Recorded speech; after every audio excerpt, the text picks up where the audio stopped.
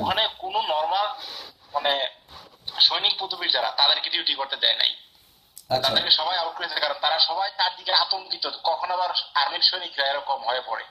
আচ্ছা আর আচ্ছা। আর্মিতে যেখান থেকে মানে সূত্রপাত যেটা হয়, মনে করেন আমাদের জন্য সরকার প্রতিদিন যে প্রেসটা ইস্যু করতো, খাবারটা ইস্যু করতো, আর্মির অফিসাররা কি করতো, এর অর্ধেকেরও বেশি অংশটা কেটে রেখে দেয়, যে এত অংশ এদেরকে খাওয়ানো হবে, এত অংশ বিক্রি করে এই উন্নয়নের কাজে ব্যবহার করা হবে, ওই উন্নয়নের কাজে ব্যবহার করা হবে। হুম। এই উন্নয়ন কাজ বলতে বোঝায় ওদের ফিল্ড ম্যাচ, ওদের খাবার দাবার, ওদের অফিস সজ্জা, ওদের বাসাতে ওই বড় একটা টিভি লাগানো, বাসাতে এসি লাগানো, এসব হলো আর্মির উন্নয়ন কাজ। এটা কি খাবার থেকে নিয়ে যায়, আর খাবারের অ্যালাউন্স থেকে এটা নেয়? হ্যাঁ, খাবার থেকে সেটা কেটে রাখে।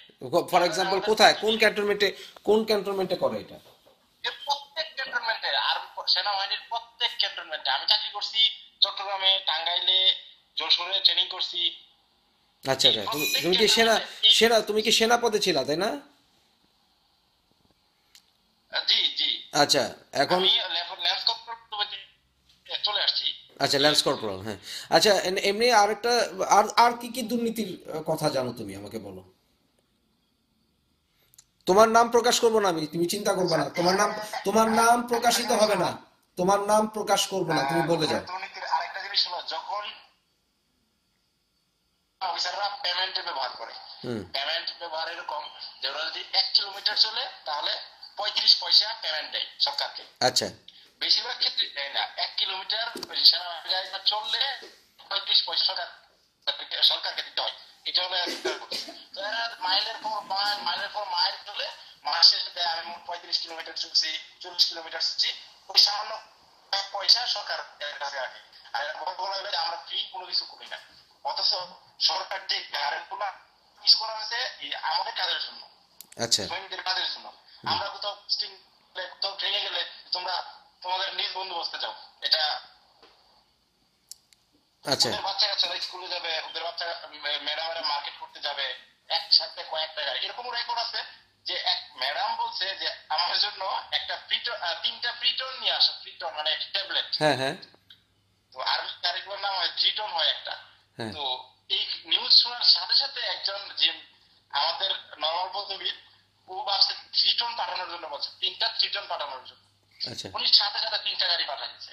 এরকম রেকর্ড আছে, ওদের আদেশ এভাবে মান্য করা হয়। দ্বিতীয়ত, আর্মিতে আমাদের যেটা দেয় সেটা সরকার ফুললি ফ্রি, ড্রেস থেকে শুরু করে বুট সবকিছু ফ্রি দেয়। হুম মানে মনে করেন প্রতি 1 বছরে এক পেয়ার ড্রেস, এক পেয়ার বুট হুম। দিবে। আবার এটা পুরাতন হলে এই 24 মাস পরে আবার এটা যখন জমা দেওয়া হবে, পরবর্তীতে আরেক পেয়ার ড্রেস দিবে, আরেক পেয়ার বুট দিবে, এরকম ভাবে আচ্ছা একটা সৈনিকের একসাথে 4টা ড্রেস থাকে। আচ্ছা আর অফিসাররা কি করে, ওরা 2 টাকা দিয়া বুট কিনে, 1 টাকা দিয়া ড্রেস কিনে, ওরা বলে আমরা সবসময় পেমেন্টে ইউজ করি। আচ্ছা। এটা এরশাদের আমল থেকে করা হয়েছে। হ্যাঁ মানে এত বেশি দুর্নীতি ওখানে যে ওরা সবসময় পেমেন্টে ইউজ করে, কিন্তু এর মূল্যটা যেটা 2,500 টাকা দামের একটা ক্যাটস, ওটা এরা 2 টাকা দিয়ে কিনে। ফুল ড্রেস যেটার দাম আসতেছে 600-700 টাকা, হুম। এই ড্রেসটা ওরা কিনে 1 টাকা দিয়া।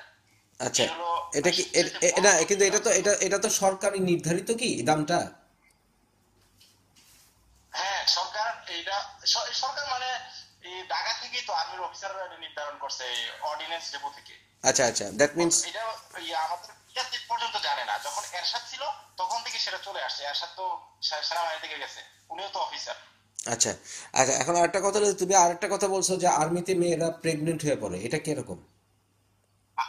আচ্ছা, এই ক্ষেত্রে স্যার বলি, একটা আর্মিতে এটা অ্যাভেলেবেল একটা কাণ্ড হয়ে পড়ছে যে একই বিল্ডিং এ মনে করেন পাশাপাশি রুমে একটা ছেলে একটা মেয়ে, আবার একটা ছেলে একটা মেয়ে, মেয়ে অফিসার যারা অফিসার হয়ে যায় তারা থাকে পাশাপাশি রুমে, আচ্ছা। এক রুমে না পাশাপাশি রুমে থাকে। এটা কি আর্মি আহ, প্রতিটা যে ক্যান্টনমেন্টে এরকমই নিয়ম? হ্যাঁ, প্রতিটা ক্যান্টনমেন্টে এরকম। এবং এরকম এরকম নেস্টি কথাবার্তা এই লেডি অফিসারদের সামনে বলা হয় যে আমি স্যার আপনাকে বলতে পারতেছি না, বোঝাতে পারবো না যে এত নেস্টি। আচ্ছা। মনে করেন আমাদের একজন একটা মেয়ে ছিল, আমরা যেখানে চাকরি করতাম, হুম আহ, আমাদের দরবার হয় প্রতি মাসে একবার দরবার হয়।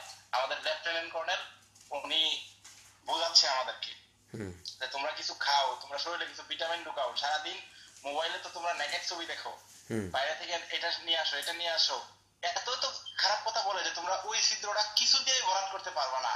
হুম আবার সামনে বলে, মেয়েটাকে বলে সরি টু সে, তুমি কিছু মাইন্ড করো না। হুম আচ্ছা, এরকম তারপরে মানে না, ভিডিও প্রেগনেন্ট দেখেছি। মেয়েরা যে প্রেগনেন্ট হয়ে পড়ে এইটা তুমি কতখানি শিওর? আচ্ছা আচ্ছা, তাহলে আর একটা রিয়েল ঘটনা বলি। হুম, বলো। আমাদের আমাদের প্রথমে একটা মেয়ে ছিল, তানিয়া নাম। কোথায় সেটা? তো তানিয়া ওই আমাদের ঘাটাইল সেনানিবাসে। ঘাটাল সেনানিবাস, ওকে। তানিয়া কোন সালে এটা, কোন ক্যাম্পাসে সালে, কোন সালে?